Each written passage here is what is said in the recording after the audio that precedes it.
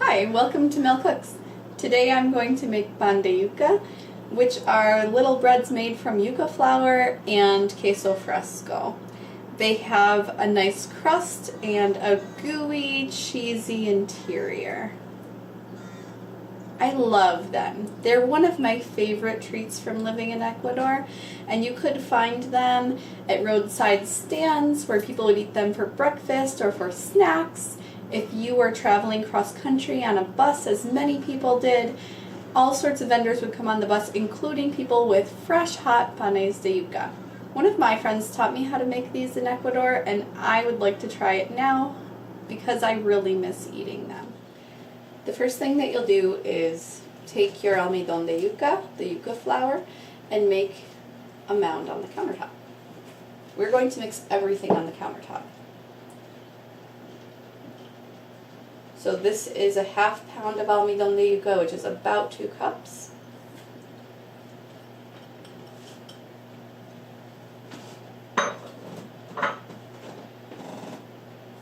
And the proportions are a half pound of yuca flour to a half pound of cheese. So what I'm going to do here is start to make a hole in the middle. And this is where I'll add the cheese. It's a little bit like a volcano or something like that.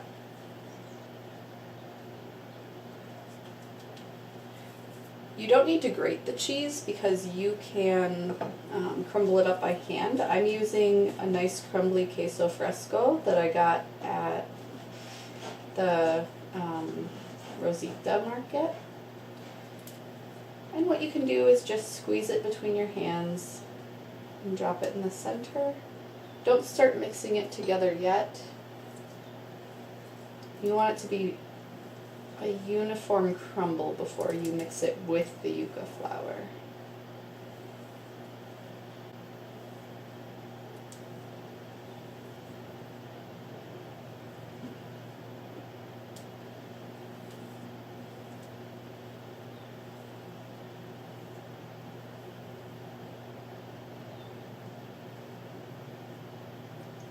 So what I'm doing is I'm just kind of massaging it between the tips of my fingers.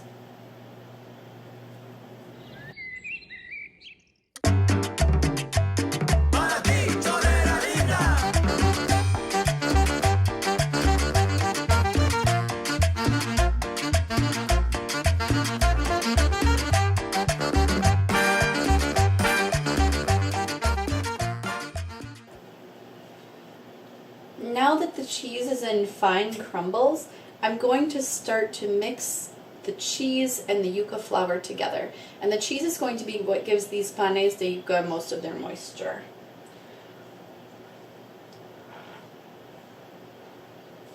So as I'm mixing everything together, my goal is to create a homogeneous mixture of the cheese and the flour.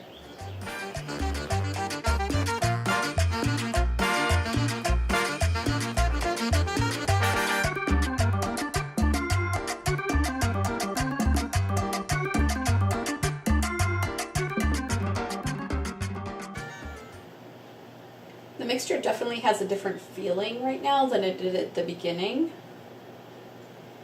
I can tell that the flour and the cheese are starting to kind of adhere to each other. And I've turned the mixture over so that I haven't left any pockets of flour or cheese.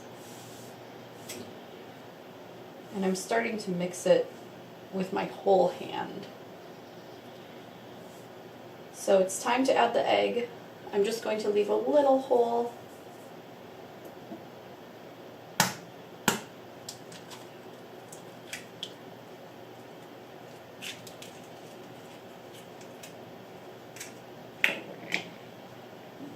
And now I really want to spread this egg out evenly. Make sure it gets to every part of the mixture.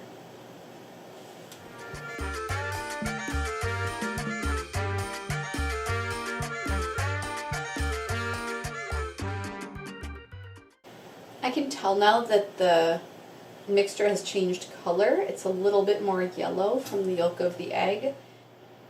Now it's time to add the baking powder and the salt, and I'm only adding a half teaspoon of each.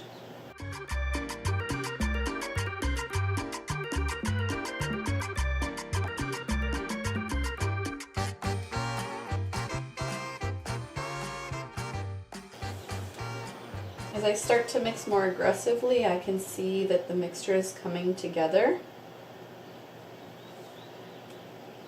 The last ingredient that I'll add is the milk. And I don't need much, just enough to help it all hold together.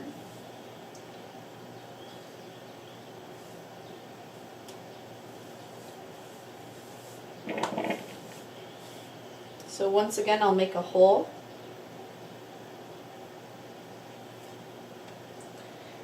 And I'll just add a little bit at a time.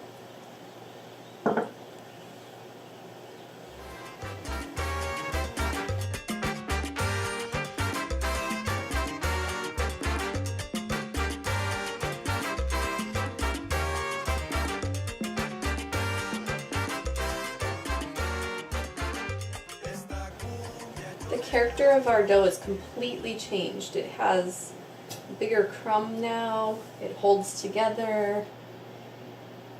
I'm going to add the last of the milk. And keep kneading it for about 10 minutes.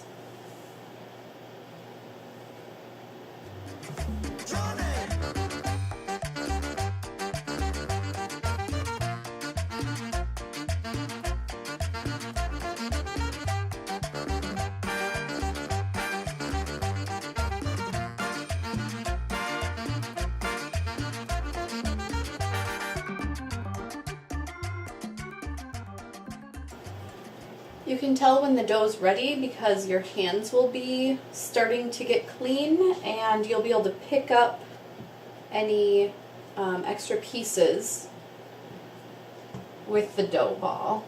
You'll be able to pick up your dough ball. I'm going to refrigerate half of the dough and then use half of the dough to bake some panes de yuca, and then I'll see which ones turn out better, the ones from the refrigerated dough or the ones from the room temperature dough.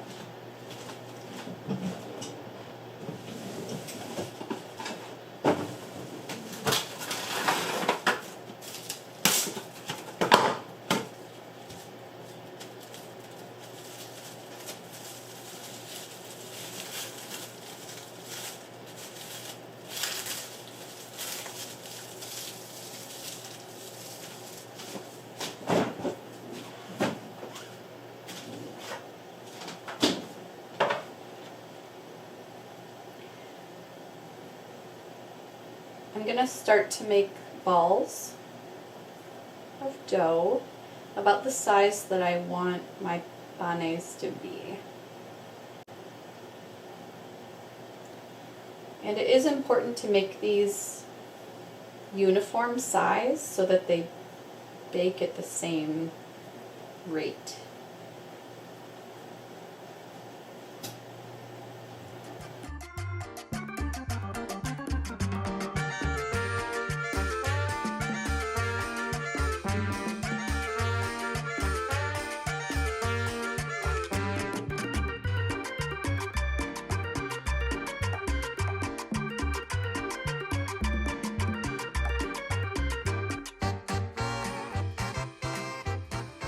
The really neat thing about this dough is even though you've mixed everything together and it's homogeneous now, when they come out of the oven, the yuca flour is going to really come out to the edges and the cheese is going to be nice and melty and right in the middle. It's almost like magic. Okay, I'm going to pop these into the oven at 355 degrees Fahrenheit for about 15 minutes and then I'll check on them.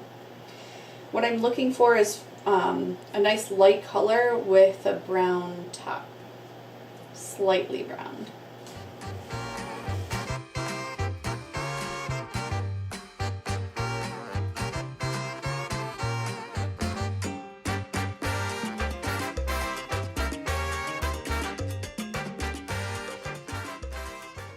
We have had these panes de yuca in the oven for 17 minutes, and I noticed that after 15 minutes they were still white, they were still really compact balls of dough, but then I gave them another couple of minutes just to become golden brown on the top, and that's when they started to develop these cracks.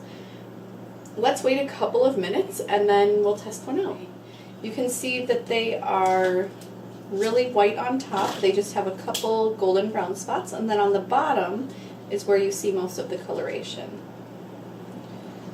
I'm just going to break this one open and we'll take a look at the inside. Okay, you can see the cheese is just a little stretchy. And these are very dry. I probably could have added more milk.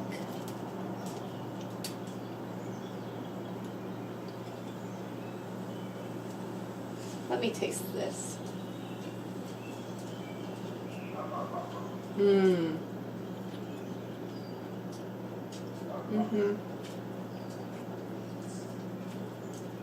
These are very good.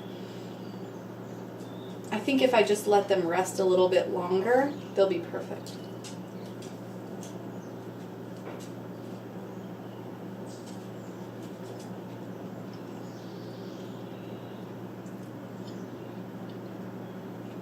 So we have this nice crunchy texture on the outside, and then on the inside we have a cheesy bread.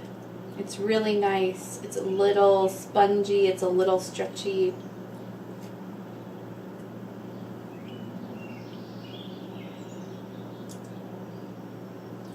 These really turned out. They remind me of panes de yuca that I would get on the bus or at my friend's houses in Ecuador. Okay, we're back with the second batch of panes, and they're perfect. They're smooth, they're white on the top, and they have this nice golden brown underneath, and you can tell they started to crack just like the other ones. Let's break one open and take a look at it. Oh yeah, I can see the cheese is really starting to get gooey, and maybe even if we let these sit a little bit longer, it would be even better. Yeah, these are perfect. I'm gonna give it a taste.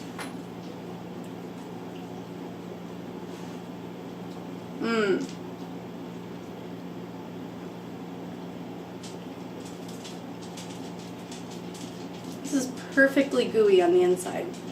You should definitely make these.